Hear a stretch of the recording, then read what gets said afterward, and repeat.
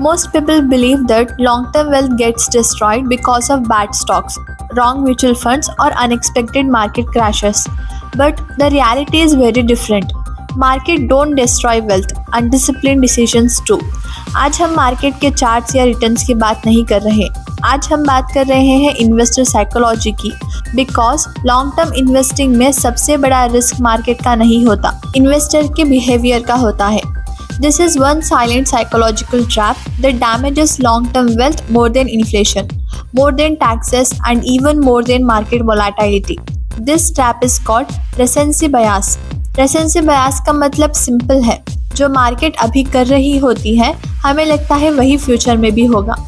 When the market is rising, investors feel this is a perfect time to invest, and when the market starts falling, they feel the urge to exit immediately.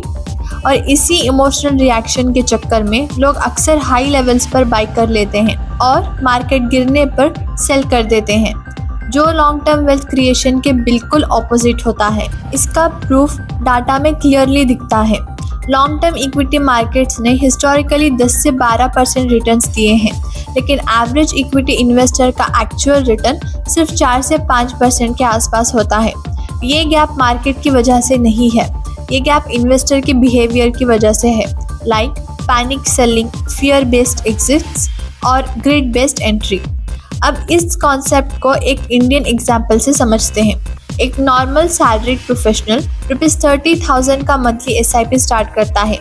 Bull market के दौरान उसका confidence बढ़ता है और वो अपनी SIP amount increase कर देता है, लेकिन जैसे ही मार्केट क्रैश होता है और नेगेटिव न्यूज़ आने लगती है, वो अपनी SIP बंद कर देता है।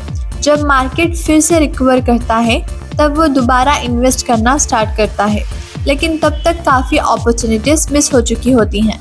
10 साल इन्वेस्ट करने के बाद भी इन्वेस्टर मार्केट के फुल रिटर्न्स कैप्चर कर नहीं पाता। क्यों? क्योंकि मार्केट सेम थी और इन्वेस्टर के डिसीजंस चेंज हो गए।